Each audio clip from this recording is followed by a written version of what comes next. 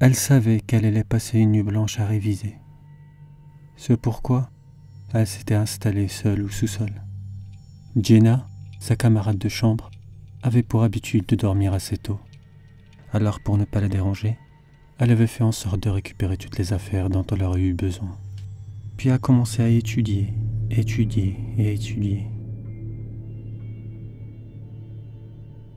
C'est à 2 heures du matin qu'elle a pris conscience d'avoir oublié un de ses manuels en haut, sur son lit. Alors, après un long soupir, elle se décida à monter les marches, direction le 3e étage. Mon Dieu, que je déteste traverser ce couloir mal éclairé.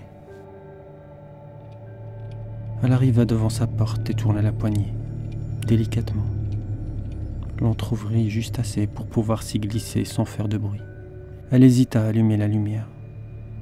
La chambre était embaumée d'une odeur métallique. Une sensation bizarre y régnait, comme si des yeux malveillants étaient en train de la fixer. C'était mon esprit qui me jouait des tours. Ça doit être le lot de toutes les nuits blanches.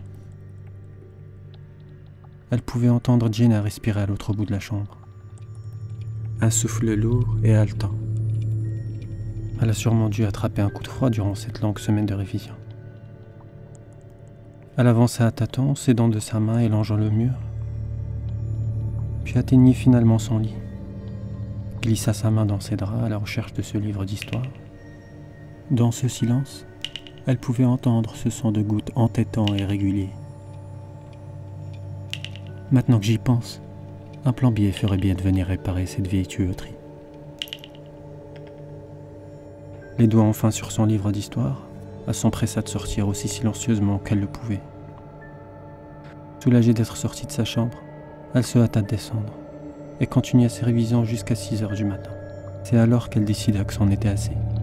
Elle se disait même que si elle montait maintenant, elle pourrait facilement profiter de 2 bonnes heures de sommeil avant son examen fatidique de 9 heures. Elle espérait de tout cœur ne pas réveiller Jenna.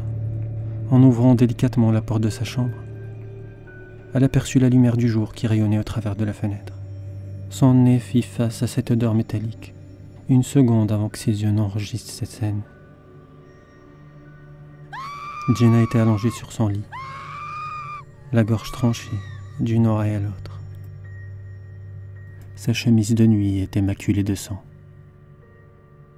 On pouvait entendre les gouttes perler sur le sol, en un son régulier, semblable à un robinet qui fuit.